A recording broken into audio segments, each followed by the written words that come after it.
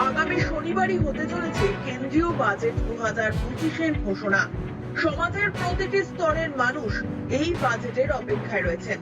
এক বুক আশা নিয়ে কেন্দ্রের দিকে তাকিয়ে রয়েছেন আমজনতা। এদিকে সমাজের প্রতিটি স্তর মূল্যস্ফীতির প্রভাব অনুভব করছে। একই সঙ্গে সাধারণ মানুষেরও প্রত্যাশা বাড়ছে।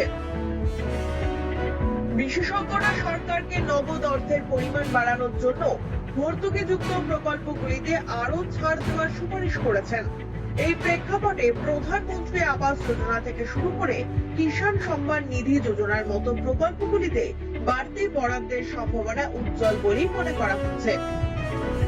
সরকার রিয়েল এস্টেট খাতকে উৎসাহিত করতে এবং সাধারণ মানুষের জন্য সাশ্রয়ী মূল্যে বাসস্থান নিশ্চিত করতে প্রধানমন্ত্রী আবাস যোজনার জন্য ভর্তুকি বাড়ানোর পরিকল্পনা করতে